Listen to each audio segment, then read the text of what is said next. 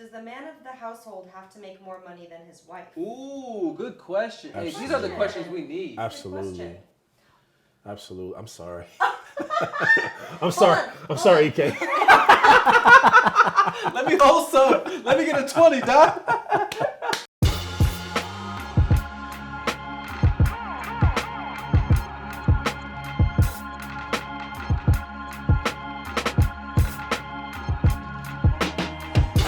So many theories and suspicions. I don't fuck with no organized religions. Today is the day I follow my intuitions. Let the ancestors guide. Back, Hold the Elevator podcast. Evan, thank you as usual.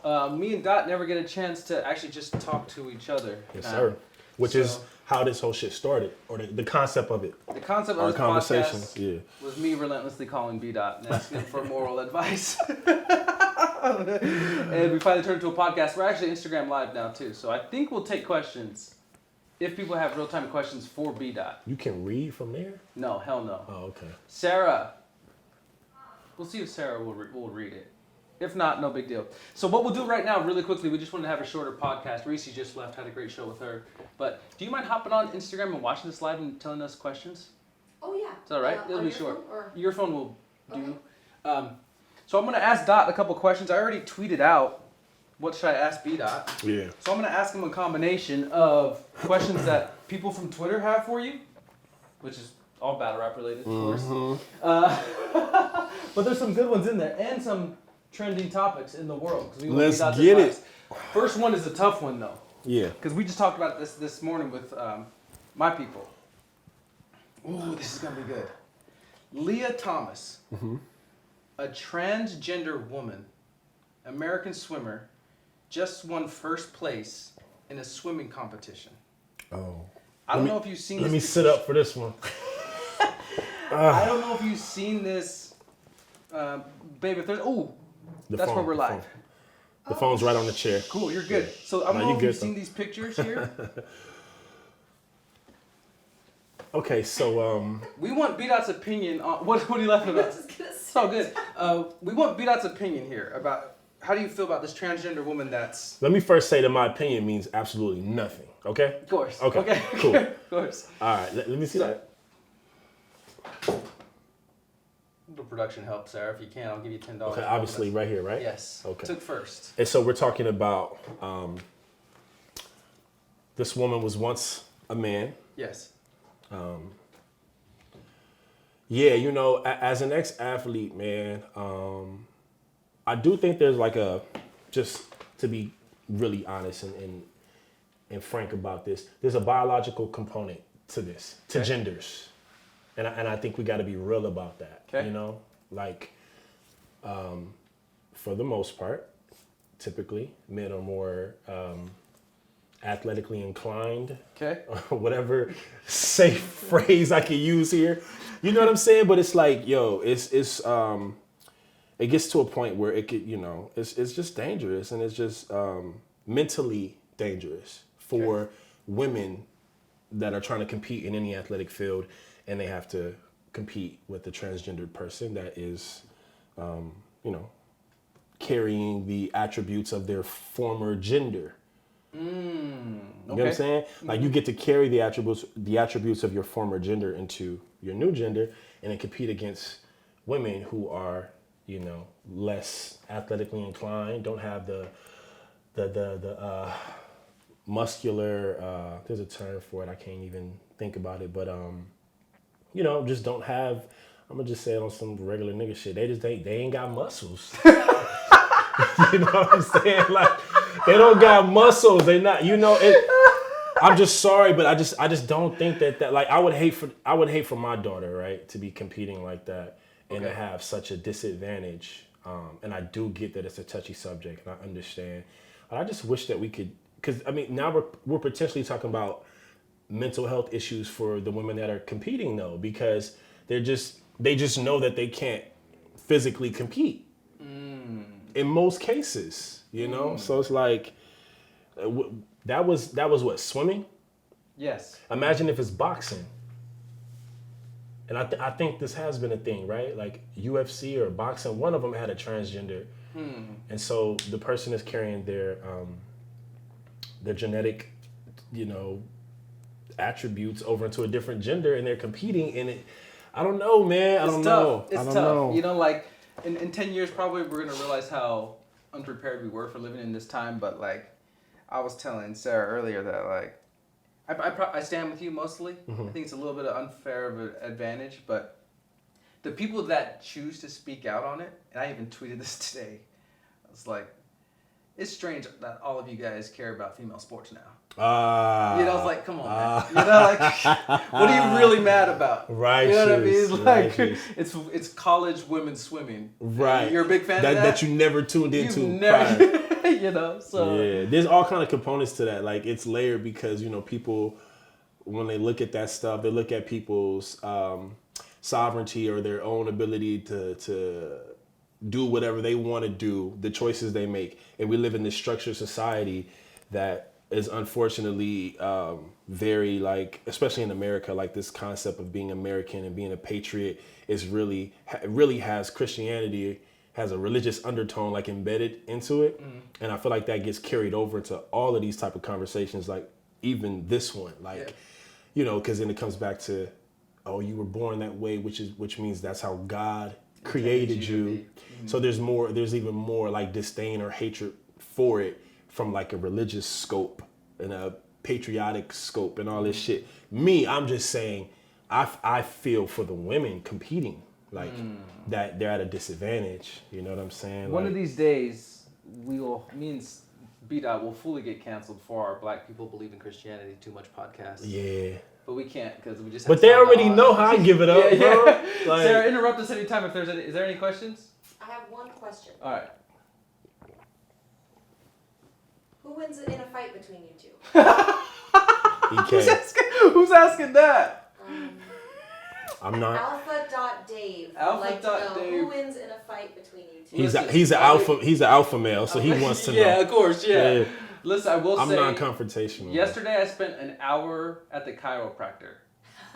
All right, I had to get acupuncture. I've been limping ever since. I'm physically limited for the last 3 years of my life. And I think they forget how old we are. Like we old men, man. We are Danny Meyer's age. Yeah. All right. So Dot's gonna win that. EK. Dot's gonna Is win the that. answer we're too afraid to fight each other? Why would we fight each other? Even now, if they asked us to battle, I'd be like, fam. Well, I don't know how you would feel, but I'd be like, what? Oh, battle? Yeah. What's that? And stop us whenever. Interrupt us One anytime. more question. All right. Dariel says, Sarah, are you single? Ooh wee. Hold on, what are we doing? Block this nigga, man. Hold on. Block Yikes. this nigga. If I see You her blocked, bro. DM You can't even watch Gray Area no more. You done fucked it up for yourself, dog. What do you mean is she single? She has a whole show about being in a relationship. Niggas is niggas, man. Man, niggas is gon' nig. Wait, we got more questions. All right. Who is the writer on the show? It's really comedic gold. It's me. That would be it. Thank you. This Thank guy you. in the red hat. Appreciate you guys. Wow. Really though? Yeah.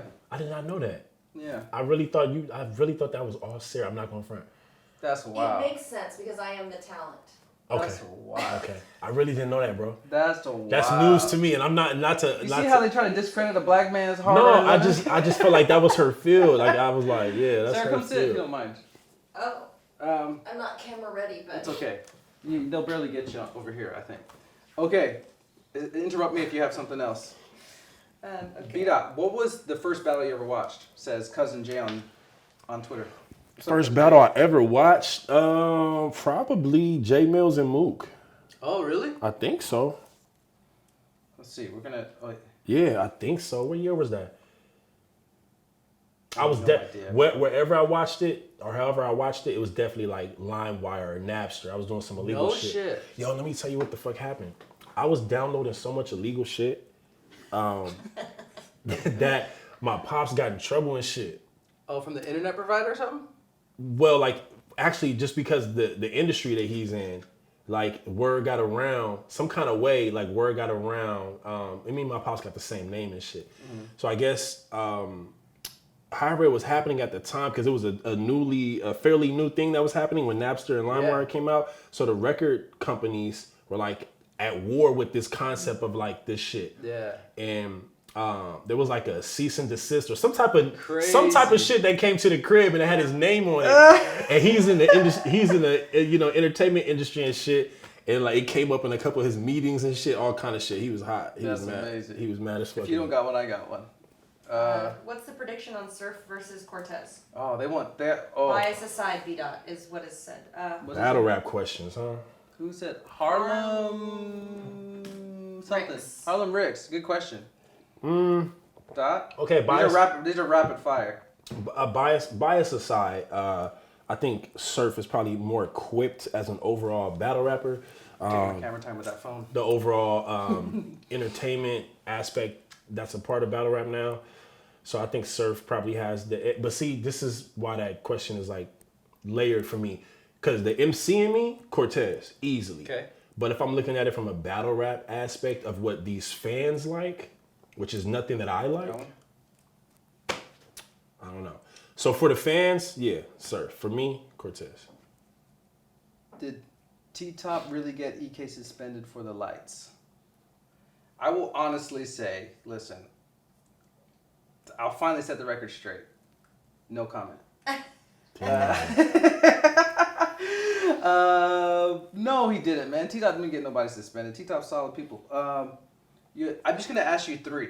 Because this person said, Official Nick's on Twitter said, his top 5 hip-hop albums before 2010. Just give me 3. Before 2010, damn. I don't know dates like that. Okay. Wow, that's amazing. Reasonable Doubt, Illmatic, and Me Against the World. Fire. Oh, Pass is in here. What's up, Pass? Pass is another one of your favorites. Sarah, say hi to Pass. Hi, Pass. What's up, Pass? It's my dog. Your turn. Did Bdot know his third round versus EK would be as impactful as it turned out to be? This is iMutton918. Fuck that round. Nah, I did not. In fact, I think I told the story before, but I'll tell it again. But like, they told me, when they first booked the battle, they told me it wasn't a PG. Then like 2 weeks before the battle, or a week and a half, some shit, KG was like, yeah, it is. It's actually going to be a PG, which just made me mad as fuck. Sure. So I'm like, I'm about to just flame y'all then. So I didn't really know what reaction. And even in the round, I even say some shit like, almost like some sacrificial type of shit. Like, I'm sacrificing this. Oh, that's right. I said some shit like that. So I really thought it was over for me, like, which I wasn't tripping anyways. You feel me? If it were to be. But yeah, I really just used that round as like just some shit to get off my chest. I wasn't really tripping off the consequences or nothing like that. At Charlene Official, ask Bdot, what country would you live in? What country would I live in? Great question. Probably Ghana. Ghana would be dope. Sarah? Other than here, Yes. let's say Thailand. Artist you'd like to collab with?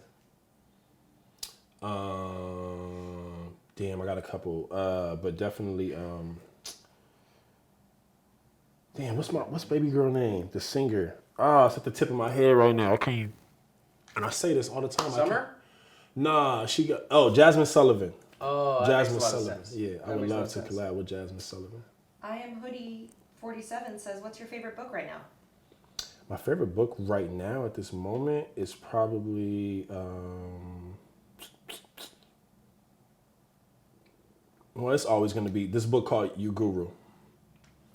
You Guru. It's like it's one of my woke type of books. Nah, don't do You that. know what I'm saying? So This is a question I had for you. How do you feel about the NFL's Rooney Rule? what is it? The Rooney Rule is you have to interview a black coach before you hire another coach. Oh, just for shits and giggles? Because you can't really determine. You know what I mean? Like he could kill the interview and they could still be like, nah, buddy. So you can't really determine why they made their decision anyways. I don't know how I feel about stuff like that. I'm always from the top to bottom kind of guy, meaning let's get to the source of the issue and then, trickle down from there. So I have more, I don't care about the coaching. I have more of an issue with ownership, the owners of NFL teams. If there were more black owners, then these type of conversations wouldn't need to be had, because then it would feel more fair and you would feel like the ownership and whoever's running these teams is probably going to give a black guy a shot just as much as they would give anybody. So I'm more like that. I don't know how I don't think I care about the fact they're going to interview black coaches first and whatever. I'm more like for the ownership. Send us questions in the chat. It's Ask Bdot right now. I have a question for myself. Please. Sarah, what's your favorite Kate outfit? Oh. Sarah's gentrifying this podcast, but we do want to hear that. Yeah, I got working on this like bit of like black people's new boogeyman is the gentrification. Fire. Like that's gonna be funny as like, shit. Right? Like we don't really. A lot of black people don't know what gentrification truly is. So like now we have like the old black guy that's like his roof is broken, and now they're like Pops, you gotta get your roof fixed. Like, nah, they're gonna gentrify the roof. You know what I mean? Like they don't understand the difference between just fixing shit and gentrifying shit. Yeah, that's a whole fact. That's funny as shit. Sorry, babe. What's your favorite Kate outfit? It's probably the one coming up in the next episode. Oh, so we haven't seen it yet. You haven't seen it? Episode 9. Oh, which female battle rapper Dot considers to have the best pen? 40 bars, by far. Yeah? Yeah, not even a contest. Sheesh. Ask Bdot when the hell he's gonna make elevator sweats, please. The sweatpants? Yeah. Those didn't really go over so well. Like I had a lot left over. Okay. Like when I did the whole sweatsuit, like more people bought the hoodies than the matching pants to go with them. That's why I kind of like discontinued them. But I'll bring them back. I'll gladly bring them back. That's just another the same. Okay. All right. I'll take it. What else do we have for Dot? This is a quick one. Just wanted to get to some stuff out there. Dot.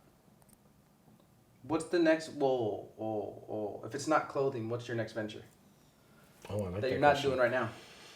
Two things. So I want to do like a nonprofit organization about autism awareness in black communities. I feel like it's something that doesn't get spoke about just because anything, unfortunately, black culture and black parenting, like for some reason, anything that has any type of negative connotation to it, it kind of just gets shunned and put to the side, you know? And that's with anything, autism, ADD, ADHD, whatever kind of mental conditions that can be contributing or halting your child from doing well in school or whatever. I kind of want to be like an advocate for that, being that I'm a father of 2 autistic children. I just kind of think it gets like a bad rap. Like it's a spectrum, you know, and so many different things are happening on this spectrum. It doesn't get discussed enough. So I want to make it comfortable. Like I want to make black people comfortable with having these conversations, comfortable with getting their children diagnosed or assessed rather, getting themselves assessed, like, you know, whatever we could do to kind of like really dive into that topic and see what's going on there. Because I think that autism is a condition that is becoming like more prevalent in recent times. And to me, that doesn't make sense. To me, it's not that it's becoming more prevalent, like it's popping up out of nowhere, but it's always been here. It's just been not diagnosed properly, you know? And I think that in our community, the black community, it just doesn't get even talked about. There's a stigma around it. There's a and stigma. The more we talk about it, the more people will know that it's just normal and okay. Right. So I'm working on a nonprofit for that so I can be more vocal about that. And then also I'm working on, me and my childhood friend, he went off to be a child psychologist. So now that he's back home, me and him are working on collaborating on a center to where children can come and get therapy, and also work on music or use music as a form of therapy, you know, in the same space. So I'm gonna like head the music department, and he's gonna head like the therapy department. So we're trying to like collaborate on that. So those are like my 2 focuses outside of my album and the shoes and all that. Those are like my 2, like that's my heart right now. Those 2 things I'm working on. Yeah. On a scale of 1 to 10, how much does Bdot like performing live? Music or battle rap? Just as performing. Let's do both. Oh, I love performing music. I'm gonna say a 10. Live, yeah, I love it. Cause we were gonna do the live band for the caffeine joint. Hopefully, you know, we can come back around to that. But like, I just love the feeling of having a live band behind you and shit, drummer, you know, pianist and all that. So I would say 10 for music. For battle rap, I'd probably say like 1. Quite the opposite of the spectrum there. For everybody watching, or when we do put this out, a cool little duality of these two's conversation Bdot asked Sarah how much she likes battle rap, or just like battle rap, and she was like, eh. And Bdot is feeling the same way right now. Yeah, that's dope. I couldn't believe it. Like, yeah, she feels bad because she knows other battle rap girlfriends are like all into it. Starry-eyed by their boyfriend. She's like, no, I live with him. Man. Yeah. Like, It's nothing. It's nothing. He doesn't wash dishes very well. At all. I have a question from Harl I don't know. Sure. Does the man of the household have to make more money than his wife? Ooh, good question. Hey, these are the questions we need. Absolutely. Absolutely. I'm sorry. I'm sorry, EK. Let me hold some. Let me get a 20, Doc. I'm crying. Really? Yeah, because I can only go off personal experience. Like, been there, done that for me. That dynamic. Oh my gosh. Let me not speak for everybody, but this is my answer, right? Like, that dynamic didn't work for me. Right? And I think there's a sense of, depending on like the background of the woman that you choose to marry, I think there's a sense of a man being a provider that's just like instilled in a young woman early on, and also instilled in it's like for men, it's a part of being a man, kind of. Well, I'm not saying that it should be, but that's how it is, or that's how it feels it is. So through my experiences, that kind of dynamic just doesn't work. It just doesn't work. And I'm saying it doesn't have to be like he's the sole provider. Obviously, like, you know, women have their own things going on. They have careers, they have whatever. They can contribute. But I think that it should be like the man of the house should want that responsibility and should take that on and tackle that. Sorry, guys. He assumes I write the show, I make the money. I like it. Hey, listen. Do you have any advice for someone starting a clothing line? Yeah. It's really, when you start a clothing line, in my opinion, in terms of the brand of it, you have to choose, like, what are you selling? Like, if you're selling, like, if you're selling fashion, or if you're selling a lifestyle brand. Like, it's two separate things. Like, you look at, like, Nipsey's success with the marathon. Very simple, aesthetically. Like, it's simple. Like, the marathon or Crenshaw, you know, it's simple stuff. But it's because he was selling a brand that he himself lived or, like, backed, you know, in terms of never give up. It's a marathon. Keep going. That's a brand. That's a lifestyle brand. So I would say, like, if you're starting a clothing line, you have to make that choice. If you're starting it because you're really like a fashionista and you know about fabric and threading and you're into that, and you went to, well, I would suggest you go to school for that if you're into the fashionista side of it. But if you're into that and you know about fabric and threading and all this other cool shit in the fashion world, then do it for those purposes. Like, make your shit like super fashionable and all that. If you want to start like a urban lifestyle clothing line, then think of something that everybody can relate to, that can be like inspirational, you know, shit like that, which is why I chose the word elevate. But everybody is jocking my shit and stealing my shit. Are they? Yeah, it's like 3 or 4 other clothing lines called Elevate. So now that's why the new I hat. didn't buy this from him. Oh, you got that off. Where'd you get that off of? I You got got that it from Shein? Amazon. Shein or whatever that No, is? it's a fact though. Like, they taking my shit. So that's why the new hat that I was wearing the other day. So I abbreviated it, and I got that concept from my boy Devlin Carter, the dude from Saya Collective. Yeah. He gave me the concept of just abbreviating the Elevate down to ELVT. Dope. So I can kind of stand out, separate it. It's still Elevate, but when you see it, you'll know, oh, that's Bdot's brand. Yeah. And also, I made like a, what is that called when you make the letters have... Bold? Italicized? No. What is it, acronym? When you make the letters have, it's like a sentence. Abbreviated? Oh, yeah. What's Yeah. that? What is that called? Is it acronym? Is it an It acronym? is Okay, acronym. I wasn't sure if I was right. Yeah, acronym. So ELVT is Elevating Lifestyles Via Teaching. Oh, So, dope. Yeah, so I turned that into that. So I'm kind of like, I'm going to do this whole rebranding. That's why I've been rocking that hat, to kind of see like how fans or how people see it and if they fuck with it. And then I'm going to kind of like convert all my shit to ELVT. Dope. Yeah.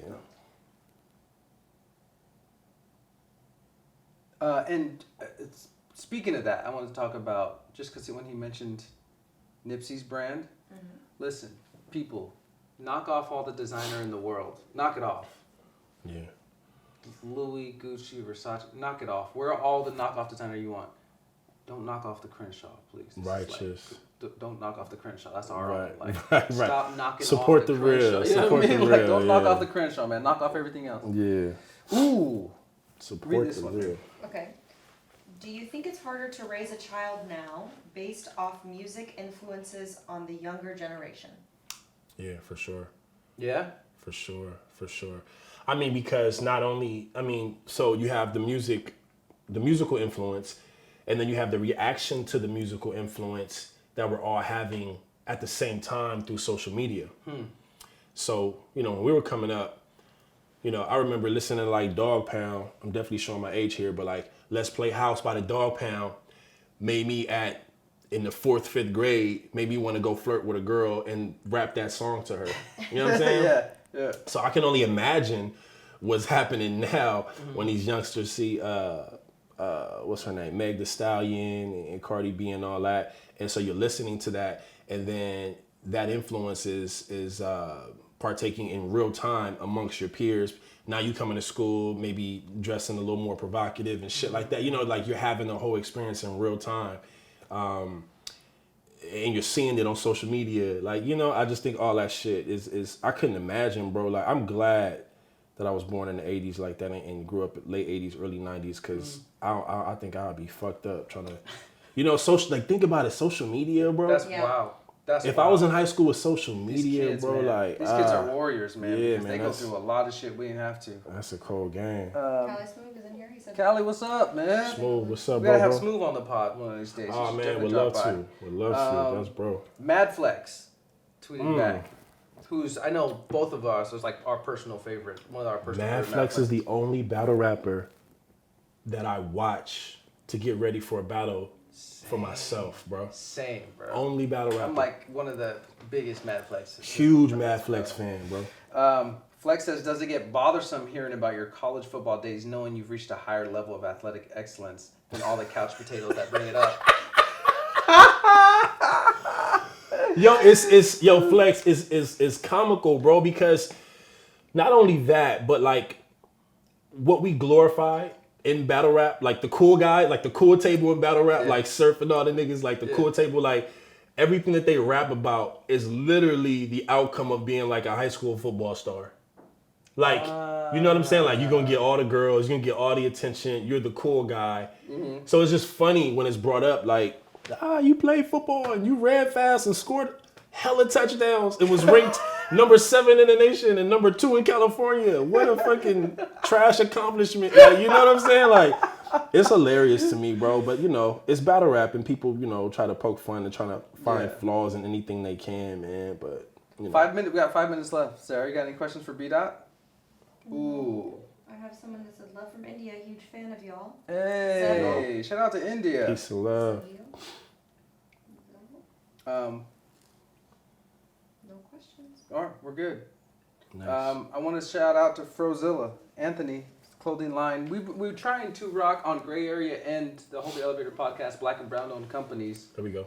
Send us your gear if you want to. We'll pay for it.